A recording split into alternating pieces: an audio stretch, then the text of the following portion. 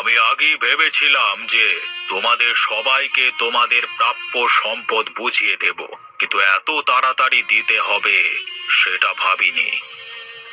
কিন্তু বাবা, আমরা তো কিছুই বলিনি।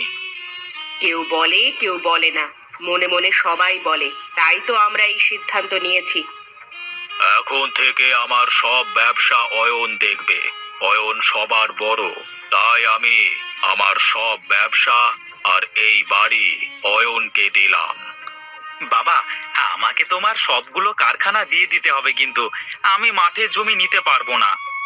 ঠিক আছে, তুই কারখানাগুলো দেখ, আর শহরের ওই একতলা বাড়িটা তোর। আমাদের ওই বাড়ি লাগবে না, আমরা নিজেরা নতুন বাড়ি কিনে নেব। তাহলে বাবা, আমাদের কি দিলে তুমি? হ্যাঁ বাবা, এটা কিন্তু আপনি অন্যায় করলেন। ছেলেদের সব ব্যবসা কারখানা দিয়ে দিলেন, আর তো কিছুই